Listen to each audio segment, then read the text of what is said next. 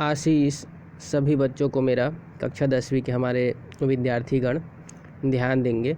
आपका असाइनमेंट आया है, ये है मंथ सितंबर का 20 मार्क्स के।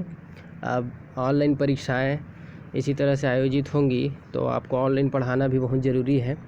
तो मैं आपके सर नवीन सिंह राजपूत आपका स्वागत करता हूँ। ध्यान से इस लेसन को पढ़िएगा। इसमें आपको असाइनमेंट के पूरे हल मैं बताऊंगा। इसकी पीडीएफ आपको डिस्क्रिप्शन पे मिल जाएगी। बने रहिए, पढ़ते रहिए और स्कूल के साथ जुड़े रहिए। स्वस्थ रहिए, मस्त रहिए। तो बिना समय गंवाए हम आगे चलते हैं, आगे पढ़ते हैं। तो बड़े ध्यान से समझिएगा कि लिखा हुआ है note, attempt all question is compulsory. सभी प्रश्नों को हल करना क्या है, अनिवार्य है। Read the passage carefully and answer this question that are given below. Passage को ध्यान से पढ़िए, आंसर जो है क्वेश्चन के उन्हें जो लिखे हुए हैं उन्हें आपके उनके आंसर आपको करने हैं। चलिए पढ़ते हैं आगे। क्वेश्चन जो दिया है वो एक्चुअल में है क्या। तो दिया लिखा हुआ है 2.5 hour later, 2.5 hour later अर्थात 2.5 घंटे के बाद। कितने घंटे के बाद? 2.5 घंटे के बाद। They found themselves at a tiny dusty railway station। उन्होंने खुद को एक छोटे से डस्टी यानी धूल भरे रेलवे स्टेशन में खुद को पाया। उन्होंने खुद को किस में पाया? रेलवे स्टेशन में, जो कि टाइनी और डस्टी। टाइनी मतलब छोटा था, डस्टी मतलब धूल से भरा हुआ था। दे गॉट डाउन, वो नीचे उतरे। एंड स्टेप्ड आउटसाइड, और अपने कदम को आगे बढ़ाया।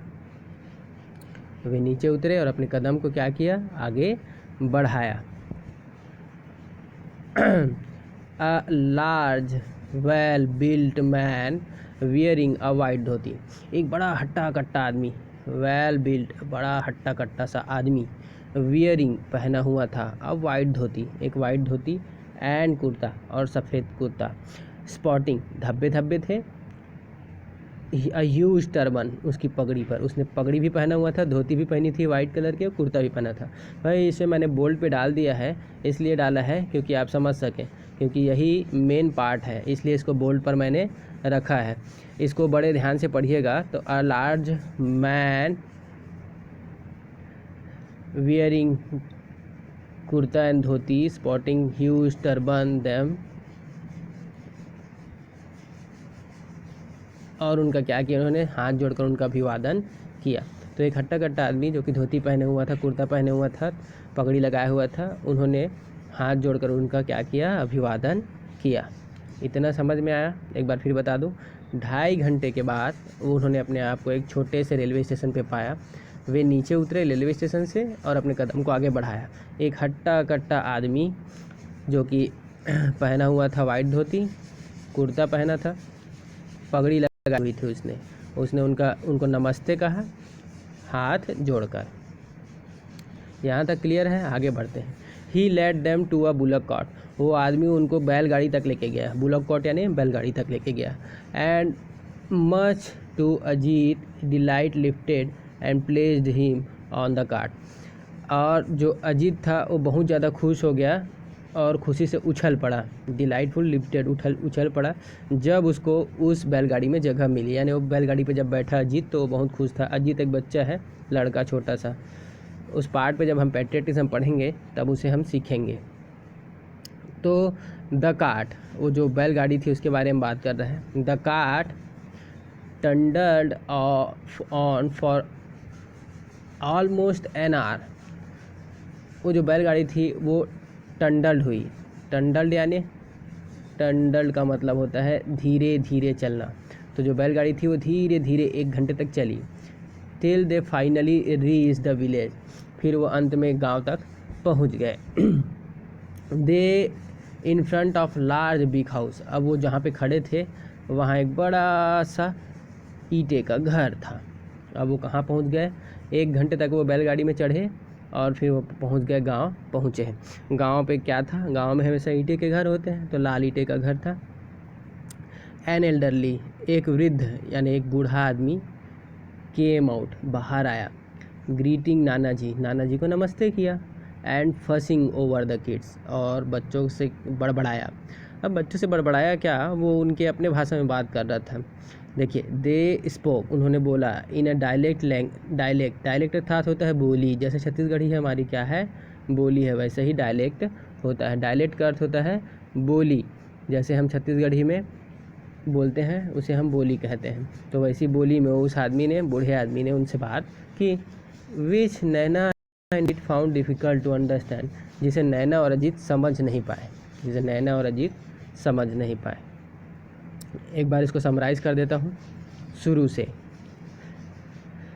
2.5 घंटे चले वो, उन्होंने अपने आप को रेलवे स्टेशन में पाया, नीचे उतरे रेलवे स्टेशन से, फिर एक बड़ा सा हट्टा कट्टा आदमी जो सफ़ेद धोती और कुर्ता पहना हुआ था, पगड़ी लगाए हुए था, पगड़ी जो था उसका स्पॉटेड था। स्पॉटेड का अर्थात होता है जिस पर छोटे छोटे बूंदी हो, वैसे उसने क्या पहना हुआ था, पगड़ी पहनी हुई थी।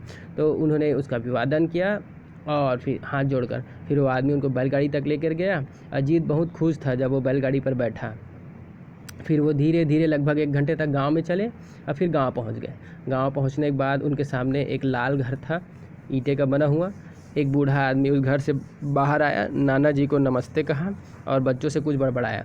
बच्चे उनकी भाषा को समझ नहीं पाए, जो जिस बोली में वो बात कर रहे थे वो लोकल लैंग्वेज था, इसलिए समझ नहीं पाए। अजीत और नैना दोनों को समझने में कठिनाई हुई। अब देखिए, describe the man who greeted them the station. Station पर जो आदमी उनको मिला उसके बारे में आपको बताना है भाई। क्या बताना है, ये बताना है। पूछ रहा है, ही वॉस, वो आदमी था, क्या किया था भाई, wearing a white dhoti and kurta, उसने क्या पहना हुआ था, वाइट धोती और कुर्ता पहना हुआ था। बस इसी को क्या करना है आपको, खाली स्थान में लिखना है। तो यहाँ से यहाँ तक आपका खाली स्थान है, तो ये खाली स्थान 1 नंबर हो गया, यहाँ से यहाँ तक आपका खाली स्थान। दूसरा है, ही स्पॉटिंग अ ह्यूज टर्बन, उसने एक बड़ी सी पगड़ी भी लगाई थी। ही greeted them with folded hand, उसने उनका नमस्कार किया हाथ जोड़कर। ये सारे आपको खाली स्थान PDF में मिल जाएंगे रंगीन में, तो आप समझ में आ जाएगा, आपको अब समझ में आ गया। क्योंकि वो जो आदमी था वो कैसा था, वो एक हट्टा कट्टा आदमी था, गाँव वाला ही रहा होगा। तो ये 4 खाली स्थान है 2 नंबर के आपके, जो मैंने आपको भरवा दी। इसमें कुछ नहीं, उस आदमी के बारे में ही क्या करना है आपको बताना है, और अन्यथा और कुछ भी नहीं लिखना है। जैसे वो आदमी था, हट्टा कट्टा आदमी था, उसने धोती पहनी हुई थी, उसने पगड़ी लगाई हुई थी, उसने उनका अभिवादन किया हाथ जोड़कर, कुछ इस तरह से। तो आगे बढ़ते हैं बच्चों। अब देखिए, find the meaning of the word from a dictionary and make a sentence of your own of each of them। आपको क्या करना है, मीनिंग खोजने हैं डिक्शनरी में और इनके एक एक सेंटेंस आपको बनाने हैं। किसके बनाने हैं आगे देखते हैं। बनाने हैं आपको सेंटेंस इसके, जैसे कि है टंडल्ड मतलब होता है मूविंग स्लोली, धीरे धीरे चलना, ठीक है, धीरे धीरे चलना। डायलेक्ट का मतलब होता है बोली, लोकल बोली, जैसे हम छत्तीसगढ़ी में बात करते हैं लोकल लैंग्वेज, उसको डायलेक्ट कहते हैं। फिर तीसरा है अलाइटेड का मतलब होता है किसी गाड़ी से नीचे उतर जाना, तो तीनों के अर्थ समझ में आया। पहला का है धीरे धीरे चलना, टंडल्ड का अर्थ होता है धीरे धीरे चलना। दूसरे डायलेक्ट का मतलब होता है लोकल जो बोली है वो, और बोर्ड ऑफ का मतलब होता है व्हीकल से नीचे उतर जाना। चलिए सेंटेंस बनाते हैं। Once I was going to village my bullock cart it was tumbled. एक समय मैं गांव जा रहा था, किससे, बैलगाड़ी से। तब वो जो बैलगाड़ी थी वो क्या हो रही थी, टंडल्ड हो रही थी। क्या हो रही थी, टंडल्ड हो रही थी, मतलब धीरे धीरे चल रही थी, ठीक है। दूसरा देखिए, I speak in dialect, with my family.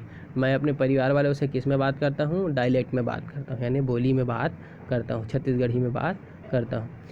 तीसरा है as soon as I reach my home street, जैसे ही मैं अपने घर के सड़क के पास आया, आई अलेज्ड, मैं उतर गया, फ्रॉम द बस, किससे उतरा? बस से, एंड वेंट होम, और कहाँ चल दिया? घर चल दिया। जैसे ही मैं अपने होम स्ट्रीट में पहुँचा, मैं अलाइटेड हो गया, किससे? बस से, बस से नीचे उतरा और अपने घर चले गया। तो आपने 3 सेंटेंस बनाए, टंडल, डायलेक्ट और अलाइट, ठीक है, अलाइटेड, तीनों के आपने क्या बनाए हैं? मीनिंग बनाए। आगे बढ़ते हैं। अभी आपका कितने नंबर का हो गया? 5 नंबर के हमने सवाल हल कर लिए। अब 6 नंबर के सवाल है। Answer this following questions. 2 question है, 3-3 नंबर के हैं भाई, 3-3 नंबर के 2 क्वेश्चंस हैं। पहला क्वेश्चन है, बोल रहा है कि how can you show your love for your country in this pandemic situation. आप अपने देश के लिए प्यार कैसे जता सकते हैं, पेंडेमिक मतलब इस महामारी के दौर में भी। हिंट दिया गया है आपको, मास्क, सोशल डिस्टेंसिंग, क्लीनलीनेस, इन तीनों को ध्यान में रखते हुए आपको क्या देने हैं? आंसर देने हैं। बहुत बढ़िया आंसर बनाया है मैंने, ध्यान से पढ़िए। देयर इन दिस पेंडेमिक, इस महामारी में, इस वैश्विक महामारी में, I can show love for my country, मैं अपने देश के लिए प्यार जता सकता हूँ, इन दिस स्मॉल वेज, छोटे छोटे चीज़ों से, लाइक यूजिंग फेस मास्क लगाकर, पहला तो है फेस मास्क से, दूसरा अवॉइड फिजिकल कांटेक्ट, मैं किसी दूसरे से कांटेक्ट नहीं करना, शारीरिक संबंध से दूर रहकर, तीसरा है टू मेंटेन सोशल डिस्टेंसिंग का पालन करके भी मैं क्या कर सकता हूँ? जता सकता हूँ। फिर है to clean body and clothes, मैं अपने शरीर और कपड़ों को क्या कर सकता हूँ? साफ रख सकता हूँ। और है टू यूज़, क्या इस्तेमाल करके? हैंड सैनिटाइज़र इस्तेमाल करके मैं क्या कर सकता हूँ? उसको क्लीन रख सकता हूँ। And by following government guidelines during lockdown and after even that, और मैं क्या करके? हैंड सैनिटाइज़र करके और सरकार के द्वारा जारी गाइडलाइन का उपयोग करके, किसके दौरान? लॉकडाउन में भी और लॉकडाउन के बाद भी। तो कितना बढ़िया आंसर है, इसे आप लिखिएगा। फिर है दूसरा है, name the Indians who have received Nobel prize and their category.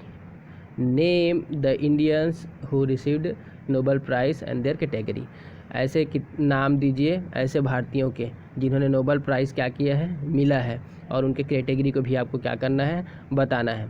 तो चलिए देखते हैं। Many legend of India have received Nobel prize so far, अब तक कई सारे दिग्गजों ने क्या जीता है? अवार्ड जीता है, Nobel prize. Some are they and their category, कुछ ये हैं और उनकी कुछ कैटेगरीज हैं। पहला है, ये आपको बढ़िया डायग्राम में मिलेगा, अभी मैं पढ़ा रहा हूँ इसलिए डायग्राम में नहीं है, बाकी आपको डायग्राम में मिलेगा। रविंद्रनाथ टैगोर जी हैं पहले तो, रविंद्रनाथ टैगोर जी, इनको लिटरेचर में मिला था 1913 में। अमर्त्य सेन है, इकोनॉमिक्स में मिला था, इनको तो आप जानते हैं। ये है अपनी मदर टेरेसा, 8वीं कक्षा में आपने पढ़ा है, एंजल ऑफ पीस, उसी से है ये मदर टेरेसा। मदर टेरेसा जी को भी मिला था। उसके बाद फिर मिला है सीवी रमन जी को, इन्होंने फिजिक्स के क्षेत्र में बहुत अच्छा काम किया, इसीलिए सीवी रमन जी को मिला। हरगोविंद खुराना को मेडिसिन में मिला भाई, हरगोविंद खुराना जी मेडिसिन में। सुब्रमण्यम चंद्रशेखर साइंस में मिला। 7वां है आपके कैलाश सत्यार्थी जी, इनको पीस पे मिला है। अभिजीत बनर्जी हैं, इनको इकोनॉमिक्स में मिला है। तो इस तरह से 8 के मैंने नाम दिए हैं, आप इन्हें लिखिए, आपके 3 मार्क्स पक्के हैं। याद ज़रूर कीजिएगा कि कौन कौन से सन में किन्होंने किस क्षेत्र में पाया है। किसी ने लिटरेचर पे, किसी ने मेडिसिन पे, किसी ने साइंस पे, किसी ने इकोनॉमिक्स पे, किसी ने पीस पे, शांति पे। कैलाश सत्यार्थी जी और मदर टेरेसा जी दोनों को पीस पे मिला था। क्लियर है? आगे बढ़ते हैं। Question number 3, right 2 sentence, one having an adverbial clause and one must have an adjective clause. दो ऐसे आपको सेंटेंस बनाने हैं, दो सेंटेंस आपको ऐसे बनाने हैं जो कि पहला सेंटेंस हो एडवर्बल और दूसरा हो एडजेक्टिव। एडवर्बल बता दूं आपको, एडवर्ब वो है जो जिसका जवाब कब, कैसे, कहाँ का हो, और दूसरा है एडजेक्टिव जिसमें कौन है। एडजेक्टिव हमेशा किसी नाउन को फॉलो करता है और ये किसी वर्ब को या एडवर्ब को क्या करता है, फॉलो करता है। तो आइए दो अच्छे एग्जाम्पल हैं, इनको हम देखते हैं, इसके बाद भी हम आगे बढ़ेंगे। एकदम सरल है, आप समझ जाएंगे। इसके लिए एक मैं नया वीडियो ज़रूर बनाऊंगा और आपको अच्छे से समझाऊंगा। देखिए एडवर्बल फ्रेज पे हमेशा कब का जवाब मिलेगा, कब का क्या मिलेगा, जवाब मिलेगा। देखिए कैसे, the game will take place when the both teams are ready. एक वाक्य अगर मैं बोल दूं कि खेल तो तब होगा, खेल तो तब होगा, तब आप पूछेंगे कब, जब दोनों टीम तैयार होगी। तो इसका आंसर मिला। तो पूछा गया कब, तब उसने कहा कि जब दोनों टीमें क्या होंगी, तैयार होंगी। तो ये आपका कहलाता है एडवर्बल क्लॉज। इसमें कब का जवाब आपको मिला। दूसरे में कौन का जवाब मिलेगा, दूसरे में मिलेगा कौन का, क्योंकि एडजेक्टिव है और ये नाउन को, किसी इंसान को के बारे में बताएगा। देखिए कैसे, द बॉय वो लड़का, हु वियरिंग रेड शर्ट जिसने रेड शर्ट पहना हुआ है, वो लड़का कौन, तो कौन, हु वो जो रेड रंग का शर्ट पहना हुआ है वो मेरा दोस्त है। तो इसमें हमको जवाब मिला, कौन का जवाब मिला, इसलिए ये कौन सा हो गया, ये एडजेक्टिव फ्रेज हो गया। इसके लिए दो अच्छे कई आगे क्लास लेके आऊँगा, उसमें आपको पूरा समझाया जाएगा। तो ये दो आपके हो गए, एक हो गया एडवर्बल फ्रेज, दूसरा हो गया एडजेक्टिव फ्रेज। आगे बढ़ते हैं अपन। Do as directed. Do as directed मतलब जैसा आपको बोला जाए हूबहू वैसा ही आपको क्या करना है। समझ में आया। आगे बढ़ते हैं। पहला है I reach the station, I will call you. इसमें आपको व्हेन का इस्तेमाल करना है, व्हेन को लगाकर आपको क्या करना है, इसको बनाना है। चलिए बनाते हैं। When I will reach the station, जब मैं स्टेशन पहुंचूंगा, व्हेन लगा दिया मैंने। आई कॉल यू, आपको कॉल करूंगा। अब यहाँ पर विल नहीं लगा है, क्यों नहीं लगा है, क्योंकि एक बार जब हम विल का यहाँ पर इस्तेमाल कर देते हैं तब यहाँ पर विल का इस्तेमाल हम नहीं करते हैं। समझ में आया। इसलिए यहाँ पर एक ही जगह विल रहेगा, एक सेंटेंस में विल, एक प्रेजेंट सिंपल टेंस में रहेगा। When I will reach the station I will call you, एक ही बात है, जब मैं स्टेशन पहुँचूँगा आपको कॉल करूँगा। आगे बढ़ते हैं। Opening the door he went out, दरवाज़ा खोलकर वो बाहर चल दिया। ठीक है, दरवाज़ा खोलकर वो कहाँ चल दिया, बाहर चल दिया। सेंटेंस, इस सेंटेंस को दो सेंटेंस में बनाना है। इस सेंटेंस को दो सेंटेंस में बनाने के लिए हम बीच में एंड जोड़ सकते हैं और सेंटेंस को दो एक ही टेंस में बांट देते हैं। तो हम पास सिंपल टेंस ले लेते हैं। लिखते हैं ही ओपन द डोर, उसने दरवाज़ा खोला, एक सेंटेंस हो गया। उसके बाद एंड जोड़े, ही वेंट आउट, और वो बाहर चल दिया। दो सेंटेंस में मैंने इसको क्या कर दिया, तोड़ दिया। क्लियर है, आपको समझ में आया होगा। ही ओपन द डोर एक सेंटेंस, ही वेंट आउट, वो बाहर चले गए। इनको जोड़ने का काम कौन करा, एंड किया। ठीक है, तो एंड ने इसको जोड़ने का काम किया है। अब देखिए इसमें चार वाक्य हैं। फूड है, पेंसिल है, होप है, मिस्टेक है। चार चीज़ें बोल रहा है कि इसमें आप सही जगह पर किसी जगह लिटिल या कहीं फ्यू का क्या करना है, आपको इस्तेमाल करना है। लिटिल जो है वो हमेशा लगता है अनकाउंटेबल नाउन पे, जिसको हम गिन नहीं सकते उस पर लिटिल लगाते हैं, जिसको हम गिन सकते हैं उस पर हम फ्यू लगाते हैं। याद रखिएगा, जिसको हम गिन सकते हैं उस पर हम लगाते हैं फ्यू, जिसको नहीं गिन सकते हैं उस पर लगाते हैं हम लिटिल। तो देखते हैं, क्या भोजन को हम गिन सकते हैं, एक भोजन, दो भोजन, हम नहीं गिन सकते, इसलिए हम इस पर लगाए हैं लिटिल। और देखिए हम पेंसिल को गिन सकते हैं, एक पेंसिल, दो पेंसिल, तीन पेंसिल, 10 पेंसिल, इसलिए हमने इस पर फ्यू लगाया है। उम्मीद को हम नहीं गिन सकते, कितना उम्मीद है, कितनी आशा है, एक आशा है, दो आशा नहीं कह सकते, इसलिए हम इस पर लिटिल लगाए क्योंकि हम इसको नहीं गिन सकते। फिर है, हम मिस्टेक को गिन सकते हैं, तूने 5 गलतियाँ की, 6 बार गलतियाँ की, 7 बार गलतियाँ की, तो फ्यू मिस्टेक्स, क्योंकि कुछ ही गलतियाँ की।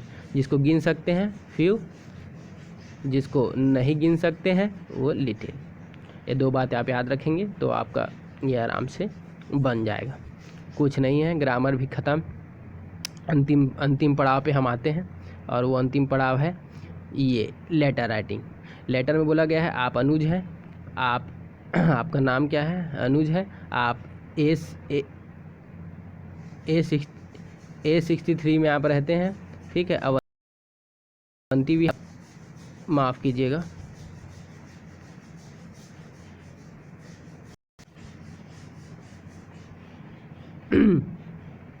आपका नाम अनुज है और आप A63 में रहते हैं, अवंती विहार रायपुर में। आपको अपने दोस्त को क्या लिखना है, लेटर लिखना है। अब बताना है कि आजकल आप इस लॉकडाउन में क्या कर रहे हैं। अक्सर बच्चे यही गलती करते हैं, उनको लेटर लिखना नहीं आता है, एप्लीकेशन जैसे ही लेटर लिख देते हैं। तो आइए लेटर कैसे लिखते हैं ये आराम से समझते हैं। कुछ इस तरह से लेटर होता है। जब हम लेटर लिखते हैं तो हम शुरुआत करते हैं माय डियर फ्रेंड, अपने फ्रेंड को लिखना है। तो my dear friend Anil, I am well here, मैं यहाँ अच्छा हूँ। And hope the same to you, आशा करता हूँ तुम भी वहाँ अच्छे होगे। I am writing this letter to tell you, मैं लेटर तुमको ये बताने के लिए लिख रहा हूँ। दैट मतलब कि how I spend my days during the lockdown, कैसे मैं लॉकडाउन के दिनों में अपना दिन गुजार रहा हूँ। यू नो, तुमको मालूम है, आर स्कूल वॉज क्लोज, हमारा स्कूल बंद हो गया है। ओविंग टू के मतलब होता है कारण, किसके कारण, पेंडेमिक, वैश्विक महामारी के कारण हमारा स्कूल बंद हो गया है। तो so our school has started online classes for us, तो हमारे स्कूल ने हमारे लिए क्या चलाया है, ऑनलाइन क्लासेस चलाया है। आई अटेंड एवरी डे, मैं रोज़ क्या करता हूँ, इसको अटेंड करता हूँ। And also do homework honestly, और होमवर्क को भी ईमानदारी से मैं करता हूँ। आई फील स्कैरी, मुझे डर लगता है। टू गो आउटसाइड, बाहर जाने में। It could be perilous, perilous का अर्थात होता है रिस्की, पेरिलस का मतलब होता है रिस्की, रिस्की से लिया गया है इसको, इसका मतलब होता है रिस्की। तो बाहर जाना क्या हो सकता है, पेरिलस हो सकता है, यानी रिस्की हो सकता है। इसमें और बोलता है आई डू एक्सरसाइज, मैं रोज़ एक्सरसाइज करता हूँ। एंड मेडिटेशन, और क्या करता हूँ, योग ध्यान भी करता हूँ। जो हम ध्यान करते हैं मन आँख बंद करके, उसे मेडिटेशन कहते हैं, रोज़ करता हूँ। I stay home and following government guidelines, मैं घर में रहता हूँ और सरकार के नियमों का मैं क्या करता हूँ, पालन करता हूँ। आई कीप माई सेल्फ, मैं खुद को रखता हूँ। हाइजीन, हाइजीन मतलब होता है साफ़ सुथरा, स्वच्छ, क्लीन, तो मैं अपने आप को क्या रखता हूँ, क्लीन रखता हूँ। एज मच एज पॉसिबल, जितना पॉसिबल हो सकता है उतना। और उम्मीद करता हूँ, आई होप मतलब उम्मीद करता हूँ, सो मतलब यही कि तुम भी क्या करते होंगे, अपने आप को साफ रखते होंगे और किसका पालन करते होंगे, गवर्नमेंट रूल का, और तुम भी अच्छे से होगे। कन्वे, कन्वे का अर्थ होता है किसी एक के मैसेज को किसी दूसरे तक पहुंचाना, कन्वे कहलाता है। तो मेरे मैसेज को माँ तक पहुंचाना, कहना प्रणाम अंकल को और आंटी को, माँ और पापा को मेरा प्रणाम कहना। एंड लव टू भोलू, और भोलू को क्या करना, प्रेम कहना। अगर आप लड़के हैं तो आप सोनम भी लिख सकते हैं, उधर अपनी दो सहेली को अंजलि भी लिख सकते हैं। अपना नाम अगर लड़के हैं तो अनुज लिख सकते हैं, लड़के हैं तो अंजू भी लिख सकती है, योर लविंग फ्रेंड अंजू। तो एक बार फिर मैं इसको समराइज़ कर दूं कि उसने कहा कि मैं बहुत अच्छा हूं, मैं ये पत्र इसलिए लिख रहा हूं कि मैं तुमको बताना चाहता हूं कि लॉकडाउन के समय में मेरा दिन कैसे चल रहा है। स्कूल हमारे बंद हो गए हैं संक्रमण के कारण, इसलिए अब हमारे स्कूल ने क्या किया है, ऑनलाइन कक्षाएं लगाई है। अब मैं इसको क्या करता हूँ, डेली अटेंड करता हूँ। होमवर्क भी अपना ऑनेस्टली करता हूँ। मुझे बाहर जाने में डर लगता है क्योंकि ये क्या हो सकता है, रिस्की हो सकता है। मैं रोज़ एक्सरसाइज और मेडिटेशन क्या करता हूँ, रोज़ करता हूँ और घर पे रहता हूँ। गवर्नमेंट गाइडलाइन का मैं क्या करता हूँ, पालन करता हूँ। अपने आप को हाइजीन रखता हूँ जितना हो सके, और यही उम्मीद करता हूँ कि तुम भी करते होगे। माँ को और पापा को मेरा प्रणाम कहना और मेरे भाई को प्यार। तो इस तरह से आपका ये जो चैप्टर है वो ख़त्म होता है और ये असाइनमेंट आपका 20 नंबर का पूरा होता है। तो होप कि आपको पूरा समझ में आया होगा और आपने एंजॉय किया होगा। तो आपसे निवेदन है कि आप घर पर रहिए, सेफ रहिए, अच्छे से पढ़िए। आपको PDF अवेलेबल करवा दी जाएगी, उससे देखकर आप लिख सकते हैं, समझ सकते हैं और भी अपने मन से लिख सकते हैं। मैंने इसको क्लियर कर दिया है। अच्छे से पढ़िएगा। Stay tune. God bless all. Thank you.